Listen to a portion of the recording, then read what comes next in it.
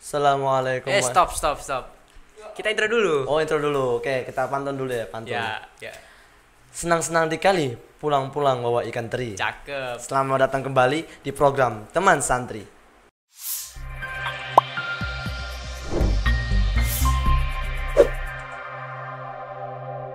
Assalamualaikum warahmatullahi wabarakatuh. Waalaikumsalam warahmatullahi wabarakatuh.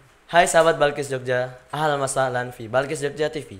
Jadi, hari ini kita akan melaksanakan lagi program yaitu Teman Santri.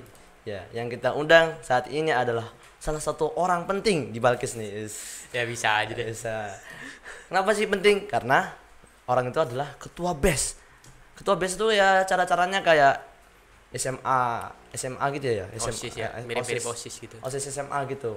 OSIS SMA. Jadi tapi lebih bedanya kalau BES itu lebih ke mengurus pesantren. Iya. Iya. Nanti kita tanya lebih jauh tentang BES ke ketuanya nih, ketuanya. Sebelum kita mulai dulu programnya, seperti biasa kita perkenalan dulu. Yang di hadapan saya itu bisa dibilang Mas Abid. Ya, Abid Muhammad. Mas Muhammad Abid. Abid Betul. Muhammad. Abid Muhammad, Iya. oke. Mas Abid ini asal Sleman. Asal Sleman ya Mas ya? Iya, Sleman. Oke, asal Sleman. Kita basa-basi dulu nih Mas, sebelum mulai. Jadi Sleman ya, kenapa kok bisa disamain Sleman? Jangan-jangan dulu Nabi Sulaiman di situ. Oh, enggak, sebenarnya Terus bukan nanti itu. jangan-jangan Candi Prambanan itu dulu bekas kuil Nabi Sulaiman. Itu sih banyak sih di legenda rakyat. Cuma sebenarnya Sleman itu bukan dari Bukan dari Nabi Sulaiman. Bukan. Jadi Sleman sebenarnya banyak yang bilang, kakek nenek saya bilang dulu Sleman itu asalnya dari kata Saliman. Saliman. Ya, artinya kalau dipotong lagi ada kata namanya Liman. Liman. Gajah. Oh, gajah. Ini katanya dulu Sultan Hadiwijaya nemu sebuah lahan di Jogja. Oh. Nah, di tempat itu ada 2 patung gajah. Oh. Bukan 2 sih, patung gajah Ada patung gajah sama gitu. 2 anaknya. Nah, makanya dari itu 3 dong tanahnya. ya 3 ya, gajah. 3. Oh, 3 gajah. Nah, jadi namanya disebut Saliman. Cuma ada juga yang bilang itu dari, sebenarnya banyak sejarahnya sih. Ada yang bilang dari pohon randu, ada yang bilang juga kayak tadi itu dari Nabi Sulaiman. Benar Nabi Sulaiman. Nah, cuma nggak tahu mana yang benar sebenarnya. Jadi masih samar-samar ya, Ya, nggak masih tahu. samar-samar. Sama seperti kisah saya kalau tanah saya. Kan saya kan dari Palu nih. Ya, Orang tanya, kok namanya Palu gitu kan. Kalau menurut cerita nenek saya ya, ini saya nggak tahu juga sebenarnya. Nanti kalau misalnya pemirsa yang tahu asal-usul kota Palu mungkin bisa ditulis di komen ya. ya boleh.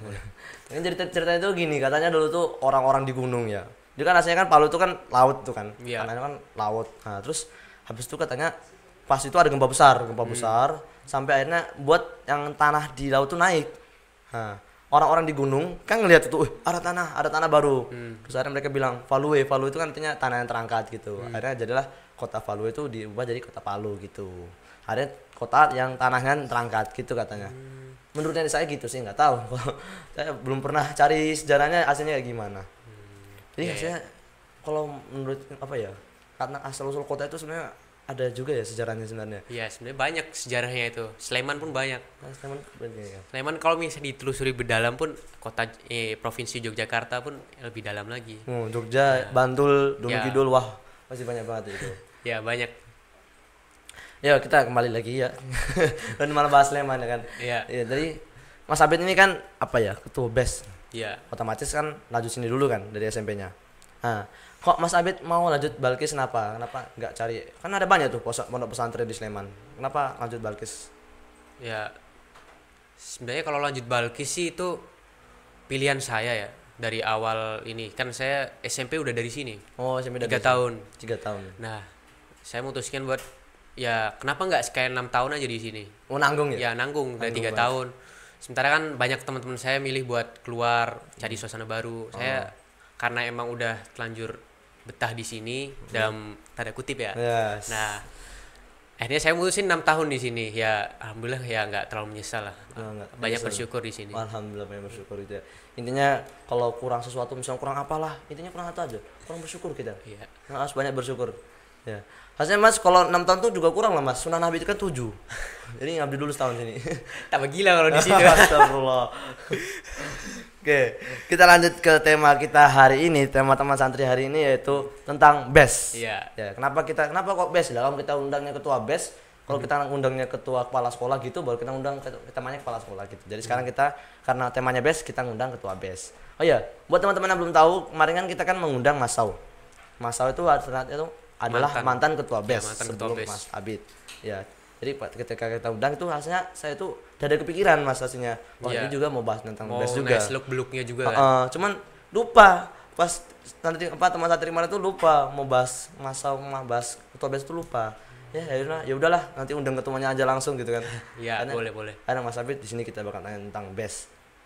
Oke, Mas Abid, kita langsung ke pertanyaan pertama nih. Nah, kenapa Mas Abid bukan kenapa sih? Bagaimana caranya biar Mas Abid bagaimana kok bisa Mas Abid bisa kepilih jadi ketua BES? Tuh. Sebenarnya jadi ketua BES itu saya nggak tahu sebenarnya kok bisa kepilih jadi ketua BES. Nggak tahu? Saya sebenarnya nggak ada spesialnya di sini. Waduh, nggak ada spesialnya nih. Nggak ada spesial, cuma ya mungkin pilihan ustadznya sih, ustadz mungkin udah percaya sama saya. Terus ya hitung santri senior juga di sini udah tahun kelima di sini. Jadi mungkin itu alasan ustadz pilih saya. Saya nggak tahu sebenarnya apa yang layak buat saya ini jadi ketua di sini. Ya itu mungkin kerendahan hati Mas Abid tuh jadiin ketua BES mungkin ya. Insyaallah. Bukan kerendahan hati sih sebenarnya. Saya emang nggak tahu ini sebenarnya mau apa yang dispesialkan dari saya sampai jadi ketua BES gini. Masya Allah. Ya ini buat teman-teman kita contoh ketua BES kita merendahkan hati. Bahkan jadi ketua BES pun nggak tahu ya. Karena mungkin karena kerendahan hatinya sampai bisa dipilih jadi ketua BES. Ya ini buat teman-teman kameramen ya. Silakan dicontoh nih ketua BES. Ya, kalau boleh. perlu ikutin contohnya kita lanjut sini ya. Teman-teman kameramen. Oke. Ya, Sabit. Ya, lanjut. Kita lanjut ya. Terus Mas Abid tuh tujuannya menjadi ketua BES itu apa? Otomatis kalau jadi ketua kan ada tujuan nih. Iya. Ya, untuk tujuan itu apa? Sebenarnya tujuan jadi ketua BES itu seenggaknya buat organisasinya dalam setahun ini lebih bagus ya dari kurun setahun belakangan yang dipimpin Mas Saw itu. Jadi seenggaknya program-programnya yang sebelumnya dicanangkan di tahun sebelumnya itu berjalan lebih lancar di tahun ini. Cuma ya itu sendiri tergantung sama kinerja teman-teman anggotanya BES. gitu ya. Teman-teman anggota. Termasuk saya nih, saya anggotanya Mas Abid ini. Awas gak manut kamu. Aduh, kalau nggak manut nggak bakal ada acara ini Mas. Iya makanya. Lanjut. Oke, lanjut ya.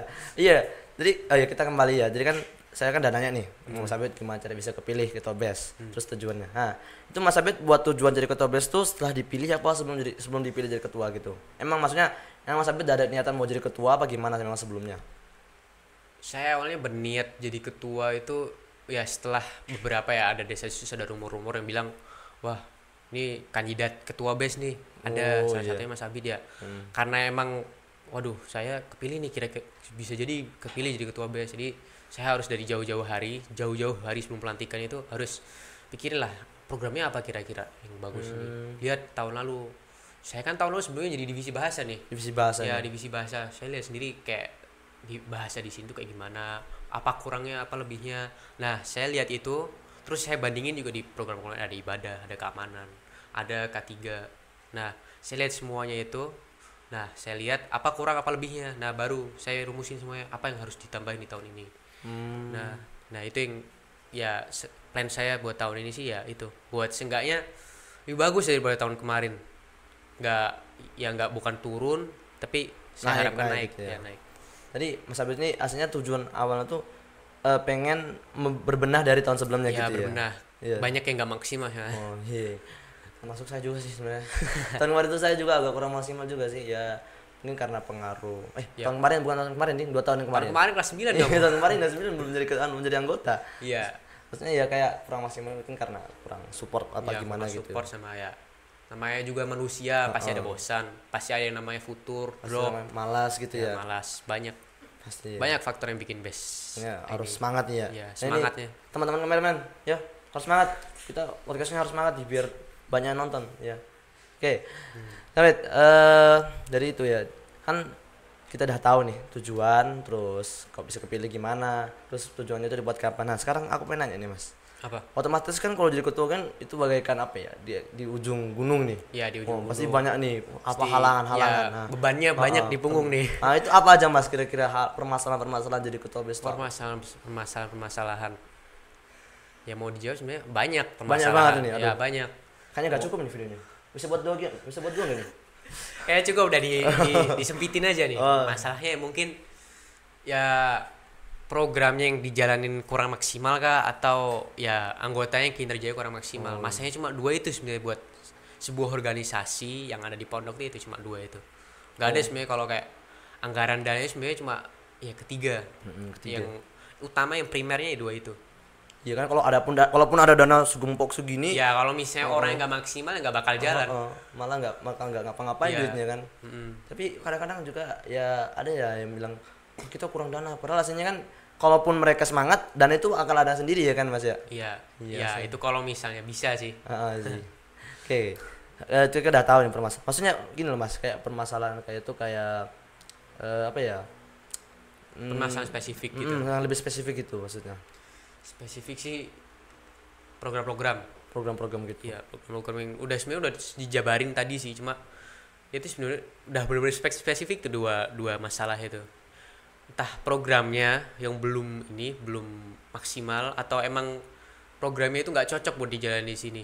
Misalkan kita udah pernah nih studi banding ke Sragen. Iya, pondok BK Beberapa Sragen. waktu lalu ya kita ke Iya. studi banding ke Sragen, lihat wah program-programnya sini bagus-bagus, efektif. Ternyata pas kita terapin di sini, santrinya nggak mau, terus nggak cocok juga. Nah itu bakal jadi bumerang sendiri buat base-nya. Itu programnya nggak lancar, terus para pengurusnya juga yang dalam program itu malas jadinya. Jadi lebih baik untuk program ya itu masalahnya. Yang pertama program, yang kedua kinerja Anggotanya. kinerja anggota. Namanya juga manusia, mesti bakal ada naik, Bakal ada naik, ada namanya turun. Nah pas awal-awal ya sindrom anggota organisasi nih biasanya. Awal pelantikan, wah pasti rajin banget naik. Nah pas pertengahan, mid game ke late game, wah turun. Endingnya gitu. Ya endingnya jadi turun banget tuh. Wah. Makanya gimana caranya buat anggota base ini bisa stagnan, stabil. Nggak usah lah naik terus, ya stabil nggak apa-apa. Nah itu ya saya masih bingung gimana cara cari metode yang bisa bikin stabil gitu. Iya. Jadi ibaratnya kayak kita naik gunung ya kan. Iya. Naik gunung kan kita capek nih naik ke atas. Terus kan kalau misalnya dari puncak kan nggak mesti kita di puncak terus kan. Iya, Pasti ada yang ada namanya kita turun. waktunya turun. Tapi kalau nurun itu harus naik lagi kan. Iya. Harus naik lagi gitu mungkin. Oh iya, jadi tuh ya.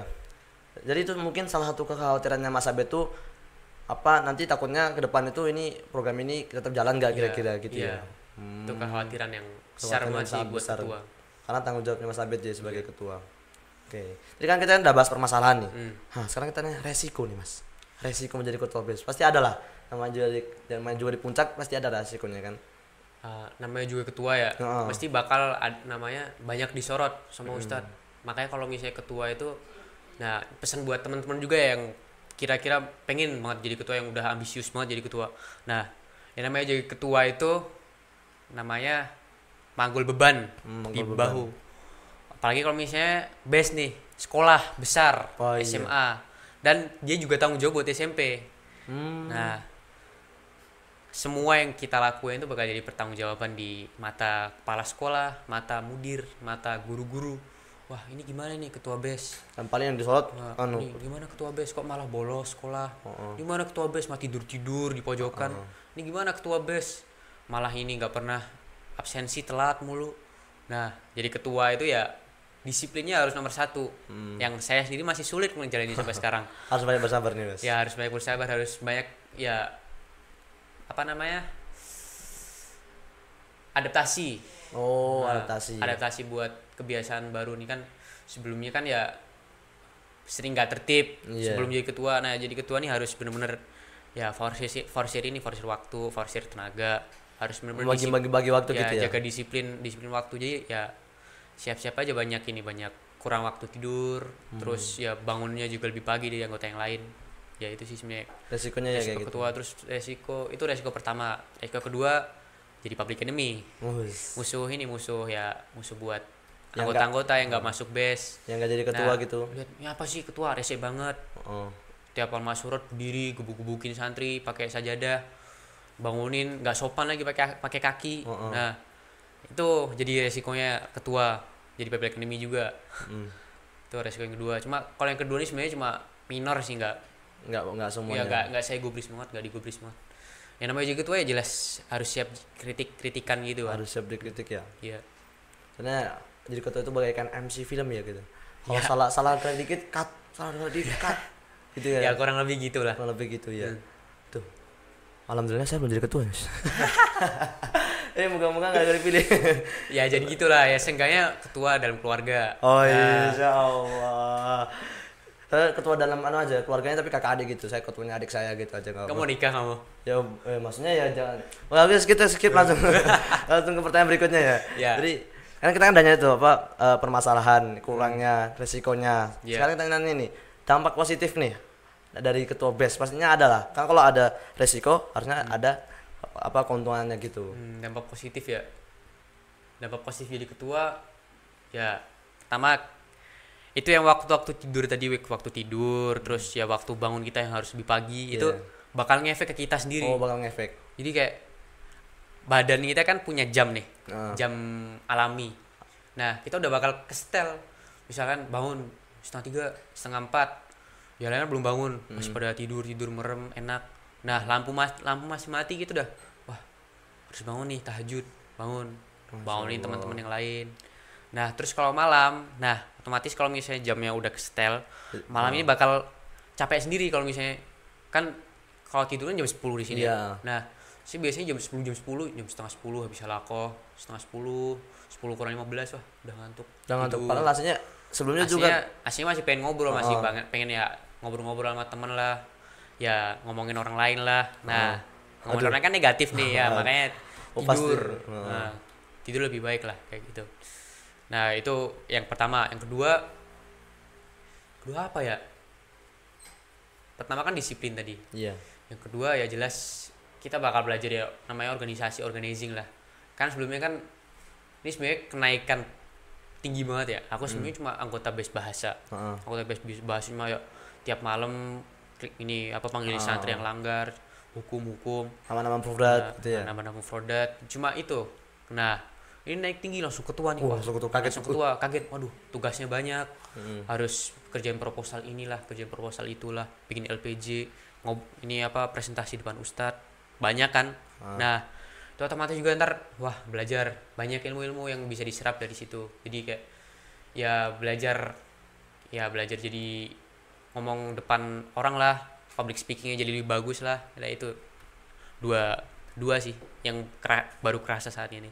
Kan masih pendek banget, baru berapa bulan, baru 2 bulan kayaknya. 2 bulan? Jadi iya 2 bulan dari pelantikan bulan Juli. Kok Juli? Nyesel jauh banget. Udah apa ya? Udah agak lama sih. Sampai kapan ya? Udah ada 2 bulan gak sih? Aku juga lupa sih. Lupa lantiknya kapan aku. Ya kurang lebih gitu loh, kan baru sebentar juga. Ntar mungkin di bulan-bulan selanjutnya bakal kerasa lebih lagi. Wah harus misal ada event-event besar kan harus banyak organizing lagi.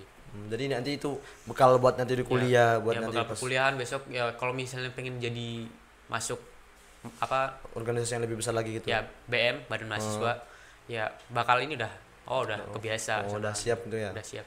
Masya Allah. Jadi ini Mas Abi nanti misalkan di kos nih, misalkan di kos.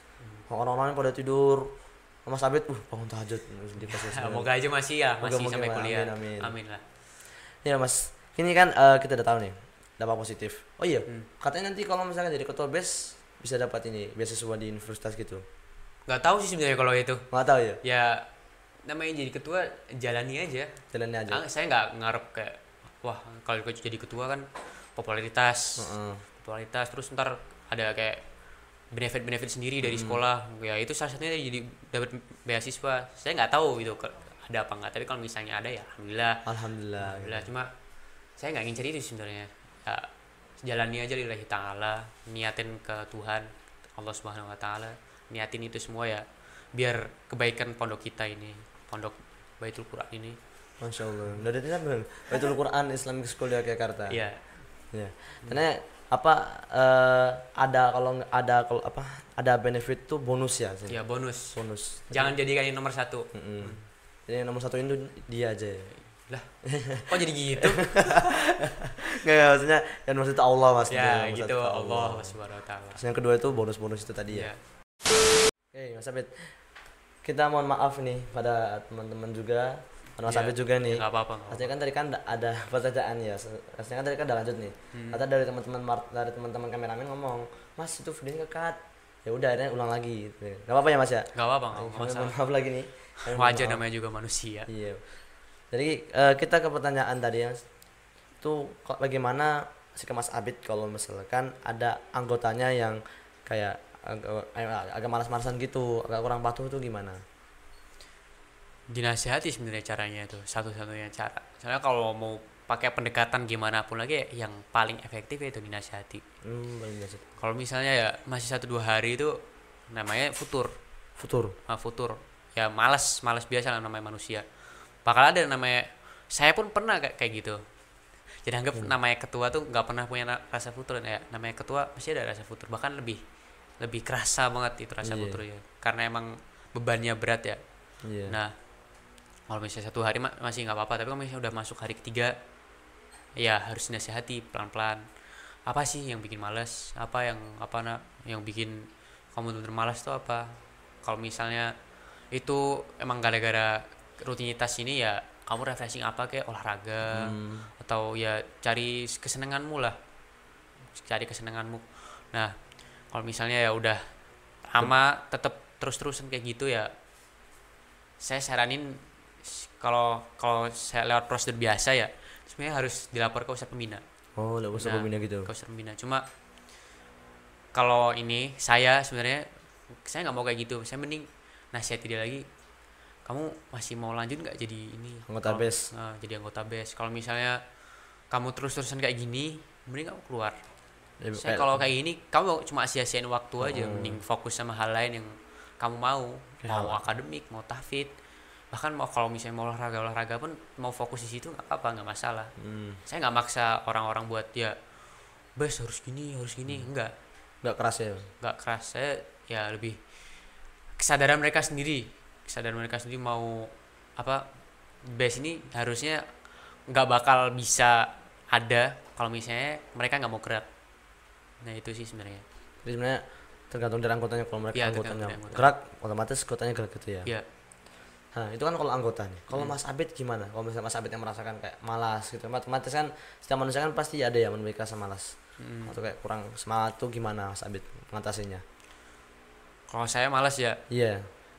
Kan kalau udah saya bilang tadi, kalau misalnya jadi kayak pemimpin itu Banyak namanya resiko. rasa malasnya berat banget buat disingkirin. Nah yang biasanya saya inget-inget itu, pertama saya inget-inget kalau misalnya saya ini ketua, saya ini pemimpin, saya ini punya organisasi yang harus saya ajak bareng-bareng buat ini buat jalan semua program. Kalau misalnya saya malas, semuanya bakal ikutan. Wah, ini gimana nih ketuanya kok malah AFK, malah gak ikutan. Nah, saya harus paksa diri saya buat mau gerak. Yang kedua, saya ingat orang tua saya, kata-kata orang tua saya, kamu kalau misalnya sekolah ya serius, jangan buang waktu, jangan buang waktu buat hal yang nggak perlu gitu. Nah, namanya orang tua ini bakal ya ngelecut semangat kita. Semua orang yang namanya udah kalau dibilang ingat orang tua kamu, mereka bakal ngelecut semangatnya. Bahkan ya buat mohon maaf ya, salah satunya orang tua yang udah pergi, beberapa anak yang kurang beruntung ya, yang udah ditinggal pergi, mereka bakal lebih semangat. Saya kan mereka tahu orang tua mereka udah tenang. Nah mereka bakal semangat buat ngejalanin apa yang ini orang tua mereka pesankan. Saya buat amal jariah gitu ya. Amal jariah mereka. Dia itulah. Biar lebih semangat gitu. Iya, biar lebih semangat. Insyaallah. Itu ya. Jadi jadi kalau misalkan ada anggotanya yang malas, Mas Abid kayak nasihatin ya, gitu nasihatin. ya. Terus kalau misalnya Mas Abid yang malas tuh kayak ingat oh ada orang tua saya selama ini mensupport saya gitu ya. Iya. Terus kalau misalnya saya malas nih Mas, Mas Abid kira-kira bakal semangatin saya gak? Ya iyalah. Pakai nanya. Ya coba tahu kan kalau misalkan aduh lagi malas podcast nih. Lu semangat, nanti langsung semangat nih, wis. Ya. Sebelum saya mau minta nih motivasi dari Mas Abid. Motivasi saya buat teman-teman ya. Iya, buat teman-teman. Buat teman-teman yang ya di sekolah dimanapun itu, mau sekolahnya boarding, mau sekolahnya tinggal di kamar, tinggal di rumah ya maksudnya. Tinggal di kos juga. Tinggal di rumah, tinggal di kos. Ya dimanapun kalian bersekolah, ingat kejar mimpi setinggi-tingginya. Bermimpi. Saya namanya mimpi, kalau nggak tinggi ngejarnya, itu bakal rendah banget. Misal, kamu udah bermimpi, wah realistis aja, aku kan gini nih, masuk universitas yang biasa-biasa aja. Nah, karena emang impianmu itu di biasa aja, Iya. otomatis kamu bakal dapat bawahnya kalau misalnya kamu nggak serius bener-bener ngejar biasa aja ini. Iya. Udah mimpinya biasa aja, kerjamu buat ngeraih mimpimu yang biasa aja itu itu lebih biasa lagi, lebih malas lagi. Ya udah kamu dapat bawahnya. Dapat bawahnya gitu. Iya, dapat bawahnya. Kalau misalnya mimpi setinggi-tingginya ya, misal kamu mimpi masuk Harvard. Harvard. Nah, Harvard universitas Amin, bagus. Ya, amin lah. Amin, Mas, amin. ada yang masuk situ dari sini. Nah, kalau misalnya kamu ngejar mimpi setinggi-tingginya, cari beasiswa sana, belajar bahasa Inggris, cari Iya. beasiswa sini. Nah, kalau misalnya kamu pun nggak masuk Harvard, ya kamu paling masuk universitas bawahnya di Inggris, di Amerika, universitas bagus. Nah, itu sesuai sama yang dikatakan sama, ini quote ya dari I.R. Soekarno, Presiden Soekarno. pertama Republik Indonesia. Presiden pertama. Bermimpilah setinggi langit. Kalau misalnya kamu jatuh, kamu akan jatuh di antara bintang-bintang. Jatuh nanti bintang-bintang. Iya. Kalau misalkan jatuhnya di bintang jatuh gimana, Mas? Waduh. Aduh, nanti malah jatuh lagi. Iya. Ya, itu jaga kata-kata dari Mas Abid. Kita harus kejar mimpi setinggi-tingginya karena kalau misalkan jatuh, kita bakal jatuh di antara bintang-bintang ya. Iya. Buat teman-teman, kameramen ya. Kita harus kejar mimpi ya ini. Ya. Kita harus kejar mimpi kita. Pokoknya podcast kita harus tinggi banget biar nanti kalau Ya misalkan minimal kayak Deddy Corbuzier lah. Masya Allah. Amin, amin, amin, amin. Amin, amin. Oke. Terima kasih itu Mas Abid dari kata-kata dari Mas Abid juga dari beberapa pelajaran dari Mas Abid juga tentang Iya. Akuntabes. Ya, jadi mungkin bisa kita realisasikan ya di kehidupan Ya, sehari-hari. amin. Terutama untuk teman-teman yang biar lebih gencar lagi, biar lebih semangat lagi menjadi anggota BES. Oke, mungkin ada kata motif apa pantun dari Mas Abid sebelum ditutup? Pantun. Nah, pantun nih. Kan saya dalam pembukaan nih. Iya. Mas Abid dong. Ada nggak pantun kira-kira? Belum saya siapin ini. Wah, belum siap. Aduh. Kamu ada gak? Tuh, apa ya? Oh, ada nih. Ya. Oke. Boleh tuh, boleh. Boleh ya. Buat penutupan nih. Oke. Divisi kebersihan suka rapi-rapi. Cakep. Oke, mungkin cukup sekian dan terima kasih. Assalamualaikum warahmatullahi wabarakatuh. Waalaikumsalam warahmatullahi wabarakatuh.